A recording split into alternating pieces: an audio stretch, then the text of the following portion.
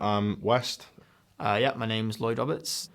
I'm Ben. My name's Danny. My name's Phil Thorpe, and I'm from Lincoln. We're here today at the Laundry Studios in Colwyn Bay, filming a live session of one of our songs, Tables Turned. Who is? Off the... You didn't say our name. Fuck's sake. We are Neck Deep, and we're here today at the Laundry Studios, filming a live session of our song, Tables Turned, off the History of Bad Decisions EP.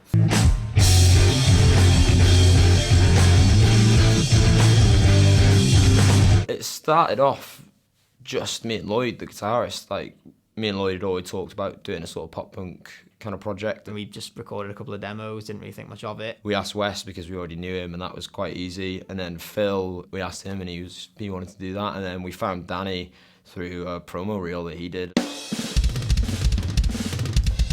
We really liked him. We thought he was really talented, so we just asked him, and yeah, he was on board. I never thought I'd be playing pop punk.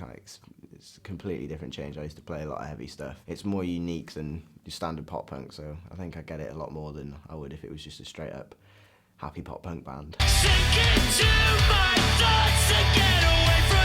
Ben thought of the name because we were throwing about a couple of names. We didn't really know what to go for.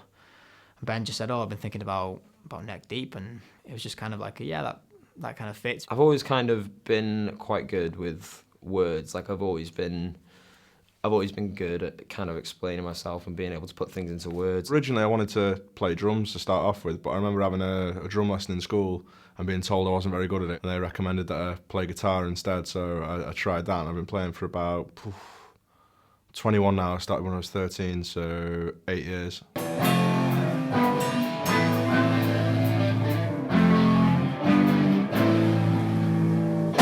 As long as I don't have to work a day job, I could just play drums all the time. That's all I want, really. But yeah. Stacking shelves doesn't do it. No, not at all. Not interested in that. If I can play drums all the time and live a comfortable life, then I'm happy. It's the only thing that I've really kind of stuck with, and everyone always tells me this.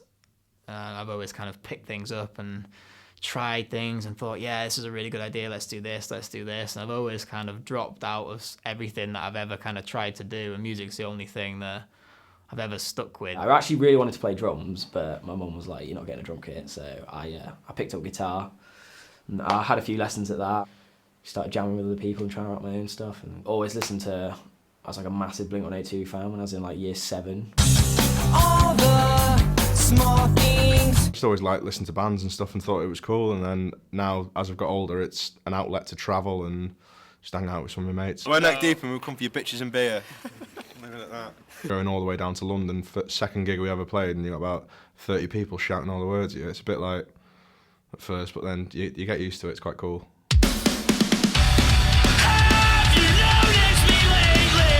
That was really good, actually, because it was our first one. Obviously, we didn't really know how it was going to go down. We didn't know what to expect, but it went, better than any of us could have probably planned. We didn't do the whole tour. We just did like a short run of it. I think we did about 7 days of the tour or something. I mean, that was it. So that was like our first ever tour, and we went down really well. I think we had a lot of people come to the shows who knew our stuff, and which was amazing for our first tour. I always pictured myself as being someone you met somewhere along the line, and I hope that you might think that I was some sort of exception to your plans and your direction. I think because, now we've done that first tour, it gives you an idea of what to expect, how it's kind of going to be, but again, we could go out and we don't know what's going to happen. It could be everyone, it could be no one, we don't know. So, but yeah, if we can just play to,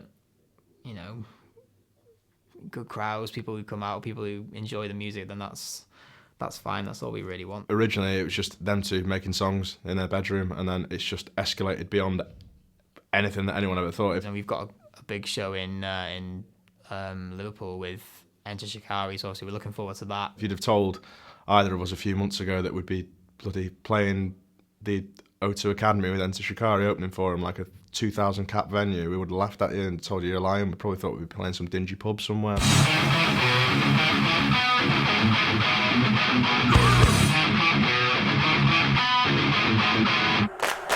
I was a fan of Enter Shikari even when they were when they were just getting big, and they were one of my favourite bands. The fact that we're playing with them on such a big stage, and the fact that they're even aware of us it's mental. It's really hard to get my head around, but yeah, it's great. That's the sound of another door shutting in the face of I've seen them live like 3 times already, like just going because I like them. So, you know, getting to do that, and it'll be our biggest in terms of like size as well, because it's an O2 academy, which we haven't played before. Worst personal hygiene. I'm going to go out on a foot and say it's me, because everyone else is, if everyone else gets asked this question, they're going to turn around and say it's me, just because I've got a beard, so therefore I instantly have the worst personal hygiene. But Phil's quite bad. Phil somehow though can't, like, manages to shower like once every 4 days or something and not smell, whereas if I go a couple of days, I absolutely hum. It's not a good thing. When they all get together, they're all irritated. So I don't think it's like any one of them.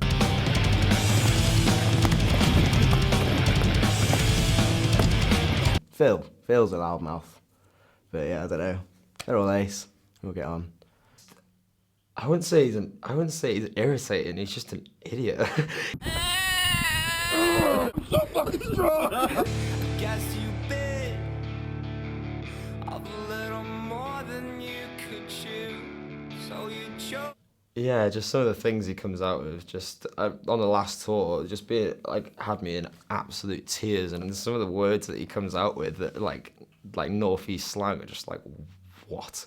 Don't get that close because I look ramble, dude. Phil, I need to stick up for him now, don't I? He's absolutely lovely. That's all that matters. There's not much else you can say about Phil. Unhygienic? I don't know. I'd love to be able to defend myself. No, but being on tour is a different thing. I'm a really hygienic person, probably, like in normal life. But on tour, it's different. Like, yeah, I don't shower every day, but no one does. How you doing, Ben? I don't know, yeah. I'd love to be able to defend myself, but I probably am the idiot. I don't know. Like, if someone's going to do something retarded, like, you know, jump off something and hurt themselves or something, it's probably going to be me.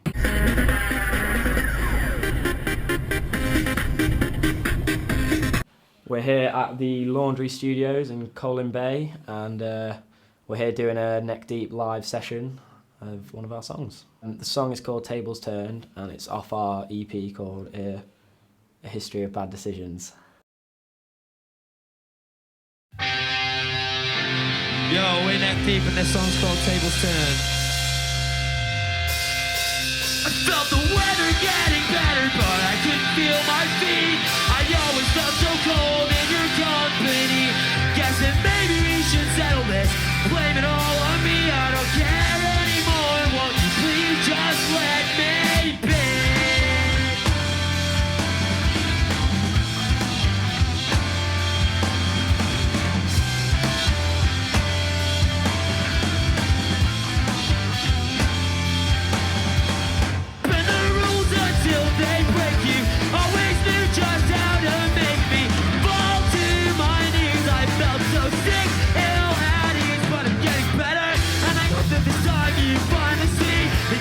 Get away with everything. I moved on and the world opened up to me. The thought of you could make me cave in. You had your chance and you threw it all away. The tables turned and there's nothing left to say. Done being a wall you lean against. Just need some time so I could open up my window. Let the air clear out my head. Think about the years going. All the things I left unsaid. Another old regret that I'll hide beneath my bed. I guess some distance was the best cure for this, because rest assured it's not you I miss anymore. And I don't care where you lay your head at night, because with you it's all swings and roundabouts. Give you a chance but you still wouldn't hear me out, and I hope that it kills you. I'm happy now.